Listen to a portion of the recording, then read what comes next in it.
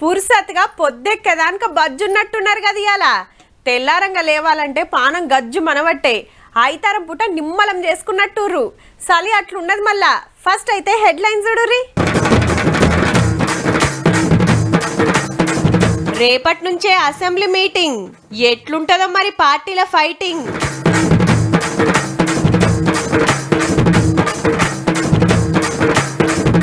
కూరగాయలు పిటాన పీరం. ఇగేం కొంటాం ఏం తింటాం.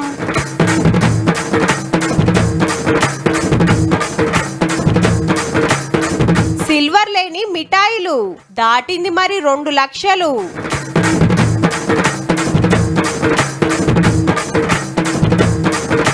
మట్టితోని వేస్తుర్రు అద్భుతాలు. నెల రోజులనే నేర్చుకున్నారట అక్కలు.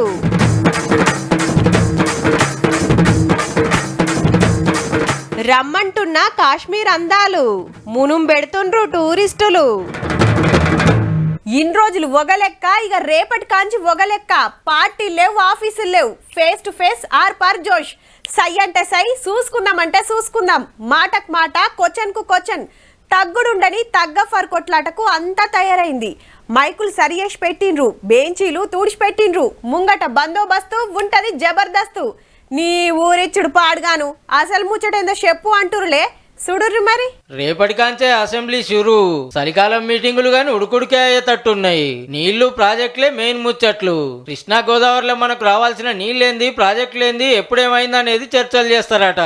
ఆల్రెడీ ఎవల పార్టీ ఆఫీసుల నుండి సవాళ్ల మీద సవాళ్లు చేసుకుంటునే వాళ్ళ అసెంబ్లీలో అందరు కలవబోతున్నారు. మీ గవర్నమెంట్ ఉండగానే అన్యాయం జరిగిందని నీళ్లు లేలే మీరే ఆగం చేస్తుర్రని వాళ్ళు. పాలమూరు రంగారెడ్డి ప్రాజెక్టులు ఎవరు ఫెయిల్ అయింది, డిఆర్ఎస్ ఎందుకు వెనకకొచ్చిందో చర్చలు చేస్తారు కాబట్టి తగ్గ ఫర్ ఉంటది. ఎవల మాటలు నెగ్గించుకుంటానికి లీడర్లంతా ప్రిపేర్ అయినరో మల్కా. ఇంతకు అసెంబ్లీకి కేసీఆర్ సార్ వస్తాడా రాడా అనే చర్చ నడుస్తుంది. సార్ మాజీ సీఎం అయినాక డుమ్మాల మీద డుమ్మాలు కొడతాడు. మళ్ళా రాలేదనుకుంటా 2 మాటలు ఒక పూట ఇట్లొచ్చి ఆదరేసుకొని పోవుడు తప్పితే పల్లెత్తు మాట మాట్లాడింది లేదు. చల్ గిదేం తరీకా, 10 ఏళ్ళు రాష్ట్రాన్ని నువ్వు సీనియర్ లీడర్, సభకు రావాలే, మేమేమన్నా తప్పులు చేస్తే చెప్పాలి, సలహాలు ఇవ్వాలని సర్కారు వాళ్ళే ఎన్నో మాటలు కోరబట్టి. నువ్వు అసెంబ్లీకి రా అంటున్నాడు. గీడికి వస్తేనే తట్టుకోలేకపోయినావు. నువ్వు అసెంబ్లీకి వస్తే గుండెకి సస్తావు. నిద్రపోయి 2 సంవత్సరాల తర్వాత బయటకు వచ్చి పోరంపోకలు మాట్లాడుతున్న ప్రభుత్వాలు, అసెంబ్లీ పెడితే అసెంబ్లీకి రాకుండా దొంగచాటు మాటలు మాట్లాడే ప్రభుత్వాలు అనేక కార్యకర్తలకు వస్తున్నారు. తప్పకుండా అసెంబ్లీకి రావాలి. ఎవల ఆఫీసులు కూకొని ఎన్ని డైలాగులైనా కొట్టొచ్చు. అసెంబ్లీకి వచ్చి ఫేస్ టు ఫేస్ మాట్లాడితే కదా ఎవలేందో పబ్లిక్ కు తెలిసేది. మొన్న ఫామ్ హౌస్ కు పోయి మీరు కూడా సభకు రావాలని లీడర్లంతా అడిగితే సరే చూద్దాం అన్నాడట. చూడాలి మరి ఈ తప్పకుండా అసెంబ్లీకి వస్తాడో లేదో.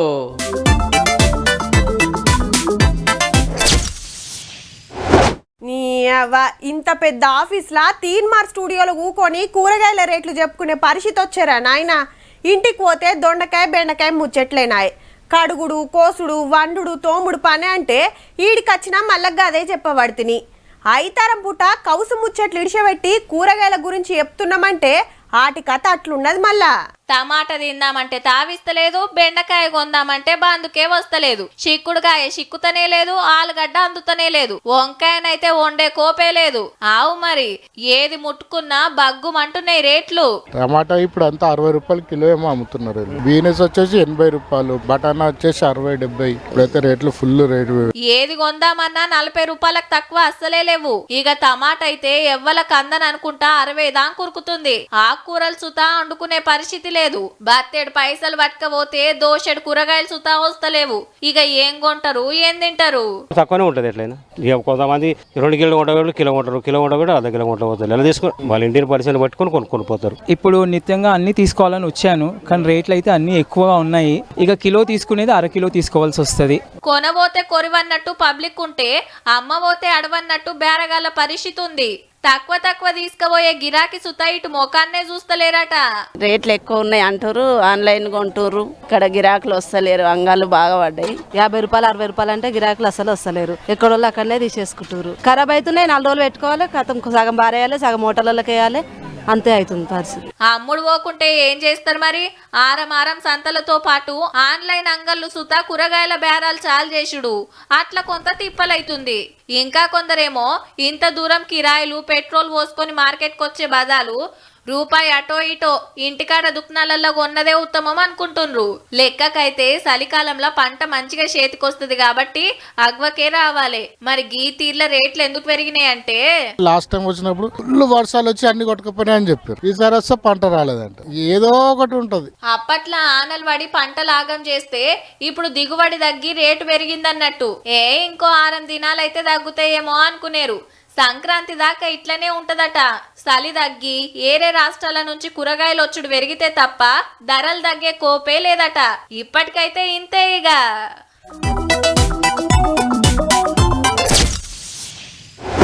గులాబ్ జామ్, రస్మలై, బర్ఫీ, మోతిచూర్ లడ్డు, బేసన్ లడ్డు, కొబ్బరి లడ్డు, జిలేబీ, మైసూర్ పాక్, పస్తా బర్ఫీ, కాజు బర్ఫీ, బేసన్ బర్ఫీ, పాలకోవా బర్ఫీ, కలాకండ్, గజర్ కా హల్వా, నట్స్ హల్వా, కరాచీ హల్వా, బత్తీసా హల్వా, రసగుల్లా, బాదుషా, పాలకోవా అని మిఠాయి పేర్లు చెప్తంటే నోట్ల నీళ్ళు ఊరుతున్నాయిలే. ఇవన్నీ నోరు తీపి చేసేటే గాని ముచ్చట షేదబ్బా. మీరు మంచిగా నజరేసిండ్రో లేదో, మిఠాయిల దుకాణాలల్లా వెనకటి ఆ మెరుపు లేదు, అప్పటి కల లేదు. ఏ స్వీట్ దుకాణం పోయినా స్వీట్ల మీద చెక్కున మెరిసే ఎండి పూతగానొచ్చేది. చూడంగానే కొనాలనిపించేది. కానీ ఇప్పుడు ఏనో తాను తప్ప అది సుత కస్టమర్లు అడిగితేనే తయారు చేసి ఇస్తుండ్రు తప్పితే స్వీట్ల మీద బొత్తిలకే కానరాకుండా అవుతుంది. గీ పరిస్థితి ఎందుకు వచ్చిందంటే ఎండి రేటు బంగారంతో పోటీ పడ్డట్టే ఊరకబట్టే. మరి అప్పుడైతే వెండి రేటు 50,000 కేజీ ఉంటుంది. ఇప్పుడైతే 2 లక్షల పైననే పోయింది. ఉన్న వాళ్ళైతే డబ్బులు వాళ్ళు తీసుకుంటారు, ఏదో ఒకటి ఎక్కువ తక్కువ తీసుకుంటారు. లేక వాళ్ళు అంటే ఎట్లా చేయాలి? ఇగేముంది, గంతగానం రేటు పెట్టి కొనలేక స్వీట్ షాపులోళ్ళు ఎండి రేకులు కొనుడు బంద్ పెట్టిండ్రు. స్వీట్ల మీద వర్షుడు లేదు. ఆ వాడకం చేస్తే రేటు పెంచాలే. అట్లా చేస్తే పబ్లిక్ మెచ్చరాయే. అందుకే ఎండి జాగల ఏరే ఎకమతులు చేస్తురు గాని అది తింటే పేయికి మంచిది కాదని అమ్ముడు పోతలేవు. దానికి అల్యూమినియం దిబ్బి వస్తుంది. అది వెండి మొత్తం ప్యూర్లా వస్తలేదు. ఇప్పుడు అది తక్కువ అయినది. అందుకోసం అది ఎవరు ఎక్కువ వాడతలేరు. అయితే స్వీట్లు ఖరాబ్ కాకుండా ఉండాలనో ఎండి పేయికి మంచి చేస్తదనో వెనకటికెళ్ళి ఎండి రేకులు వర్షేది. ఉన్నోళ్ళైతే బంగారు పూత ఉన్న స్వీట్లు ఆర్డర్ చేసేది. Day to day silver rates మీదికి పోతూనే ఉన్నాయి. దాని గురించి మేమంతా స్వీట్స్లో పెట్టడం చాలా తక్కువ చేసాం. మోర్ దెన్ 1200 రేంజ్, 1400 రేంజ్ పైన స్వీట్స్ మీదనే మేము సిల్వర్ ఫాయిల్ పెడుతున్నాం. అన్ని మిఠాయిల మీద పెడదామా అంటే మాకు గిట్టదనబట్టే. ఎండి లేకుండా 1 నెంబర్ నెయ్యి, పాలు, డ్రై ఫ్రూట్స్ ఆడకం చేసి కమ్మగుండే ఎకమతి చేస్తున్నారు. ఆడతారు కానీ మేము పెట్టి ఇస్తలేము. ఎందుకంటే మాకు కూడా అది వర్కౌట్ కాదు కదా. అయినా మిఠాయి అంటే మిఠాయే గాని మీద ఏది అతక పెడితేంది, పెట్టకుంటేంది, గమ్మతి ముచ్చట కాకుంటే.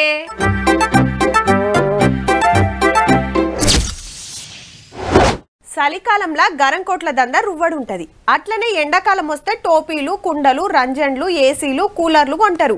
ఇక ఆనకాలం అయితే ఆనకోట్లు, షెత్తీర్లకు బగ్గ గిరాక అవుతుంటది. వినాయకుని పండుగకు ఓ 2-3 నెలలు గణపతి విగ్రహాలు తయారు చేస్తుంటారు కొందరు. మరి ఈ దందాలు చేస్తోళ్ళు కడమ రోజుల్లో ఏం చేస్తారు అనేది అటెన్గా చెప్పుకుందాం గాని గీళ్ళైతే గీ పనుల రువ్వడి చూపిస్తున్నారు.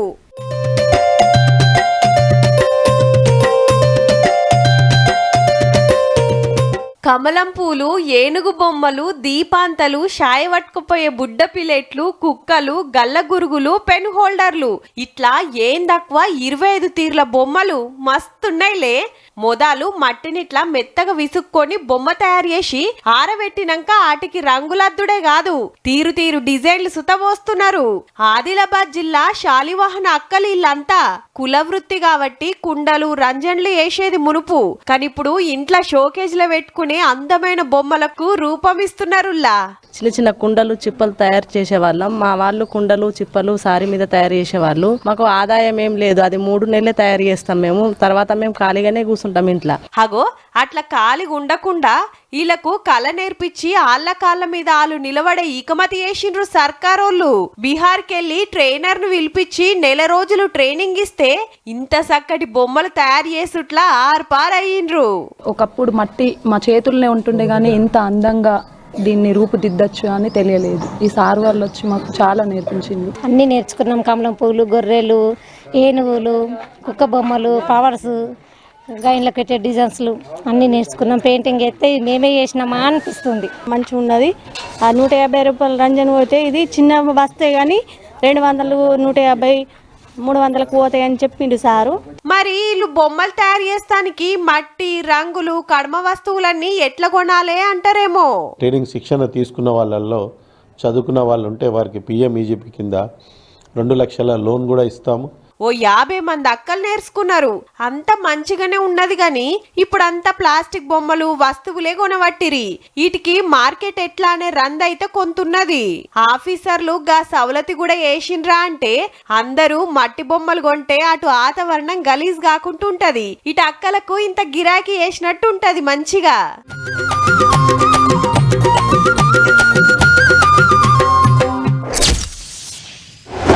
మా వాడు గింతంత లేడు గాని సినిమాల చిరంజీవి సార్ వేసినట్టే ఏమన్నా స్టెప్పులు వేస్తాడా? అల్లు అర్జున్ స్టెప్పులు అయితే అచ్చు గుద్దినట్టే, అచ్చం ప్రభుదేవాని వచ్చి డాన్స్ ఆడుతున్నట్టు, మైకిల్ జాక్సనే మెలికలు తిరుగుతున్నట్టు అనిపిస్తుంది. మా షెల్లె కొడుకు పెయిల స్ప్రింగులు పెట్టుకున్నట్టే గిర్ర గిర్ర తిప్పుతుంటాడు తెలుసా అని గొప్పగా చెప్తుంటారు. డాన్స్ క్లాసులకు సుతా పంపుతుంటారు. గిసొంటి కాలంలా గీళ్ళు గీ తొవ్వల పోతున్నారు.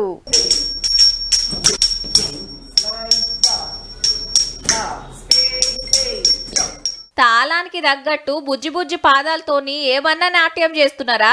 లెక్కకైతే ఇప్పటి పోరలంతా సినిమా పాటలు, జానపద పాటలకు ఎగుర్తానికి కాయిష్ చేస్తారు. కానీ వీళ్ళు మాత్రం వెనకటికెంచి వస్తున్న కళను నేర్చుకుంటున్నారు. క్లాసికల్ డాన్స్ కి వాల్యూ ఉంది, లైక్ కల్చరల్ లో వాల్యూ ఉంది. ఫ్యూచర్ లో చాలా రెస్పెక్ట్ వస్తుంది. చిన్నప్పుడు నేర్చుకోవాలనుండి వాళ్ళు నేర్చుకోలేకపోయిన తల్లిదండ్రులు వాళ్ళ పిల్లలను ఈడ చేర్పిస్తున్నారు. గీ బుడ్డ చూడుండ్రి ఎంత ముద్దుగా డాన్స్ ఆడుతుందో. మనం మన సంస్కృతిని ఫస్ట్ మనం కాపాడుకోవాలండి. ఈ గీళ్లకు నేర్పిస్తున్న గురువు గురించి తెలిస్తే పక్కా షాక్ అయితరుల్లా. భరతనాట్యం, కూచిపూడి పేరుని ఆంధ్ర నాట్యంలా రాష్ట్ర, జాతీయ, అంతర్జాతీయ లెవెల్లా అద్దరగొట్టి ఓ దిక్కు హైదరాబాద్ సెంట్రల్ యూనివర్సిటీల డాన్స్ మీద PhD చేసుకుంటా ఇటు పిల్లలకు నేర్పిస్తున్నాడు. ఇంతకు సారు పేరేందంటే షేక్ జానిమియా. ఆవు మీరిన్నది కరెక్టే. ముస్లిం అయ్యుండి భరతనాట్యం చేసుడేందని చిన్నప్పుడు ఇంటోళ్ళే గోప్పడ్డారట కూడా. ఇంట్లో లాక్ చేసి వెళ్ళిన రోజులు కూడా ఉన్నాయి. సో కానీ అదే అన్నయ్య మళ్ళీ మా నాన్నగారు కూడా ఎన్ని సంవత్సరాలు చేస్తాం, ఈ డాన్స్ మనకి వద్దు, ఇది మన కల్చర్ కాదు అని చెప్పారు. కానీ వాళ్ళందరూ కూడా తిరిగి యాక్సెప్ట్ చేసి మా అన్నయ్య వాళ్ళ పాపని కూడా నేర్పిస్తున్నారు. కానీ చిన్నప్పటి నుంచి సారు మంచి కళాకారునిగా పేరు తెచ్చుకోవాలని కలలు కన్నది మాత్రం వాళ్ళ అమ్మ ఒక్కతేనట.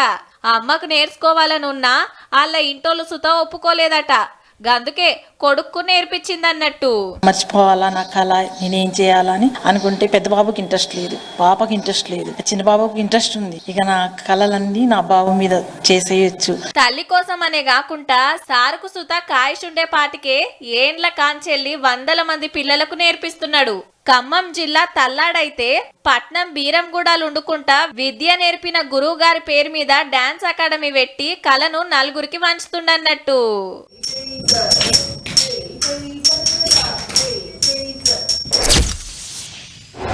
ప్రియాతి ప్రియమైన స్నేహితురాలికి నీ చిన్ననాటి స్నేహితురాలు రాయినది ఏమనగా, నేను ఇక్కడ క్షేమంగా ఉన్నాను, మీరు అక్కడ క్షేమంగానే ఉన్నారని భావిస్తున్నాను. దసరా సెలవులప్పుడే కలవలేకపోయా, ఈ సంక్రాంతి సెలవులకు నేను మీ ఊరికి వస్తున్నాను, తప్పకుండా కలుస్తామని ఆశిస్తున్నాను. ఇట్లా రాసేది ఉత్తరాలు. కానీ ఇప్పుడు ఎట్లున్నదో చూస్తూనే ఉంటుంది. అయితే స్టూడెంట్లు పేపర్లు, బొయ్యిలు సీరియస్ గా మారేస్తుర్రు కదా అని లైబ్రరీ అనుకునేరు. పోస్ట్ ఆఫీసు అట్టుట్టిది కాదు, ఈ తరానికి తగ్గట్టు నడిచే జెన్జెట్ పోస్ట్ ఆఫీసు. అంటే ఏందంటే మా పోస్ట్ ఆఫీస్ సేవలను విద్యార్థులకు వివరించేందుకోసమే ఈ రకంగా ఆధునీకరించాము. టెక్నాలజీ కాలంలో పోస్ట్ ఆఫీసుల గురించి స్టూడెంట్లకు ఎరక చేయాలని వరంగల్ నిట్ల పెట్టిన పోస్ట్ ఆఫీస్ ను గింత ముద్దుగా సింగారిచ్చిండ్రు. గోడల నిండా ఎటు చూసినా పోస్టల్ స్టాంపులే. పండ్లు, స్వీట్లు, జాతీయ నాయకులు, పండుగలు, పబ్బాలతో పాటు కళలు, కళారూపాల పేరు మీద విడుదల చేసిన స్టాంపులే ఇవన్నీ. ఇక ఇడుచుడు ఉత్తరం రాసి పోస్టు డబ్బాలు వేస్తే అది పోస్ట్ ఆఫీస్ కు తెచ్చిండ్రు. ఆడికెళ్ళి బస్సుకో, రైలుకో, పడవలనో, విమానంలో అది పోవాల్సిన ఊర్లో ఉండే పోస్ట్ ఆఫీస్ కు పోతది. ఆడికెళ్ళి పోస్ట్ మ్యాన్ తీసుకుపోయి ఇస్తాడు. ఉత్తరం చేసే ప్రయాణం మొత్తం చూపించిండ్రు. నార్మల్గా ఉండే పోస్ట్ ఆఫీస్ లో వెయిట్ చేయాల్సి వస్తుంది ప్యాకేజ్ కోసం, దేనికోసమైనా. ఇప్పుడు ఇక్కడైతే మా పనులు మేము చేసుకోవచ్చు, ప్లస్ పోస్ట్ కోసం కూడా వెయిట్ చేసుకోవచ్చు. యాక్చువల్లీ స్టాంప్స్ ఎప్పుడు చూడలే. చాలా మందికి పోస్ట్ ఆఫీస్ న్యూస్లో ఎన్ని స్టాంప్స్ ఉంటాయి అది ఇదని తెలుస్తుంది. ఎంత టెక్నాలజీ పెరిగినా ఓ ఉత్తరం రాస్తే వచ్చే కిక్కే వేరు అంటున్నారు ఇప్పటి పిల్లలు సుత. ఎవరికన్నా మన దగ్గర వాళ్ళకి పంపాలనుకో పోస్ట్లో వాళ్ళకి పంపితే వాళ్ళు చాలా హ్యాపీగా ఫీల్ అవుతారు. మనం వాట్సాప్ మెసేజ్ అవి కూడా పెట్టొచ్చు, బట్ ఇలా పంపితే వాళ్ళు ఎంతో ఆనందంగా ఫీల్ అవ్వచ్చు. స్టూడెంట్లకు స్పీడ్ పోస్ట్ అయినా ఏదన్నా కొలువుకు దరఖాస్తు పెట్టుకోవాలన్నా 100కి 10 రూపాయల డిస్కౌంట్ సుతున్నదుల్లో. చెప్పునే కడమ యూనివర్సిటీలు నిట్లల్ల సుత గీకమత్ చేస్తారట. అడ్రస్ లేకుండా పోతున్న ఉత్తరాలకు కొత్త పత్తా చూపెడుతుర్రు అన్నట్టు.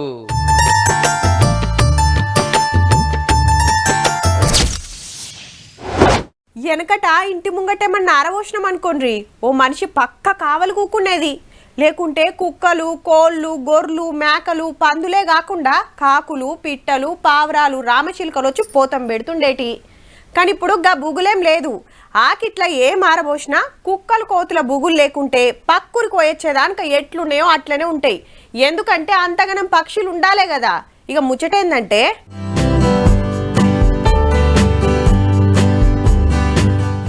రైట్ బాటల్లసంటి పట్టుకొని బంగ్లా మీదకొచ్చిండు. తీసుకుపోయి ఓ స్టాండ్కి తగిలేసిండు. మీదుంగా ఓ షిప్ప పెట్టి అండ్ల ఇన్నన్ని నీళ్లు పోస్తున్నాడు. ఇంతకు ఏం చేస్తుండు అంటారా? చూడుర్రిగా ఏమైతుందో. వారెవ్వా ఊరే విష్కెలొచ్చి తగుల్డే తగుల్డు.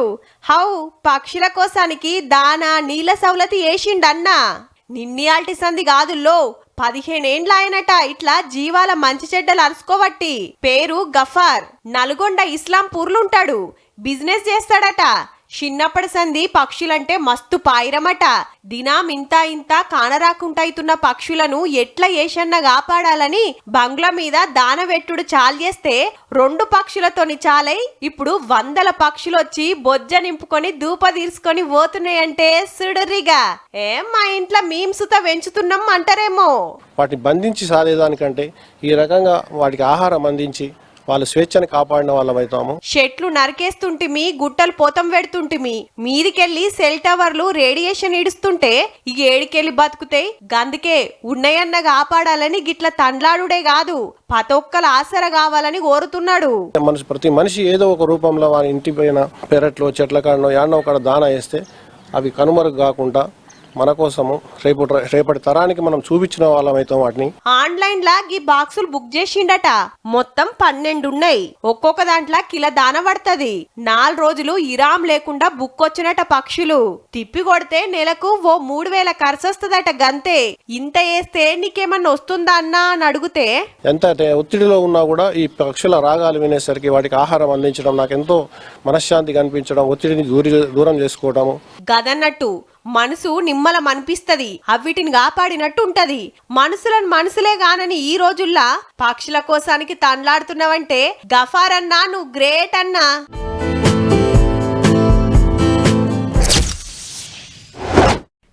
ఊకి ఇంట్లోనే ఉంటే బోర్ కొడుతుంది, అట్లెటన్నా టూర్కి పోయొద్దామని ప్లాన్లు వేస్తుంటారు. ఐతారం వచ్చిందంటే ఒకటే రోజుల అటు పోయి ఇటు రావాలి కాబట్టి దగ్గర పట్లున్న టూరిజం జాగలకు ఇంటామె పోరలతో పోయి పొట్టు ఎంజాయ్ చేస్తుంటారు. అదే ఓ 4-5 రోజులు సెలవులు వస్తే కొందరు గుళ్ళ బాట పడతారు, ఇంకొందరు ప్రకృతి అందాలు చూస్తానికి కాయిష్ చేస్తారు. హగో అసొంటోళ్ళంతా మునుం పెడుతున్నారు గీడికి.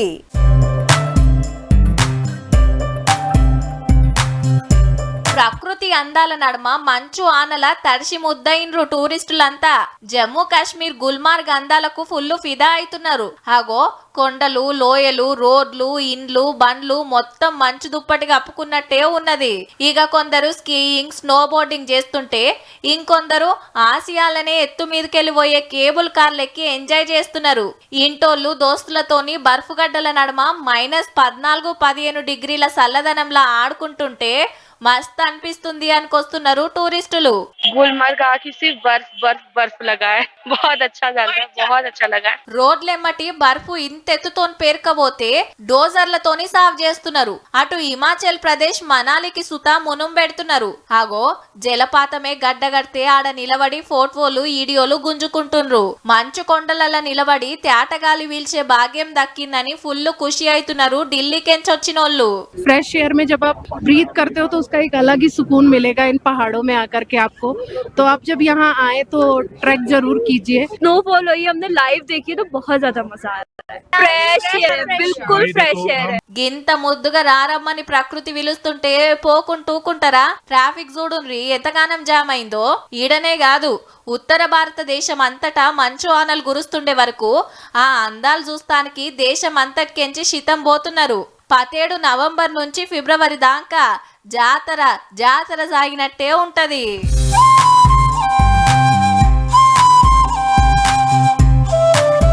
చూసిండ్రు కదా, ఇక ఇవ్వుల్లా ఇయాల్టి వీకెండ్ తీన్మార్ ముచ్చట్లు ఉంటామల్లా. నమస్తే.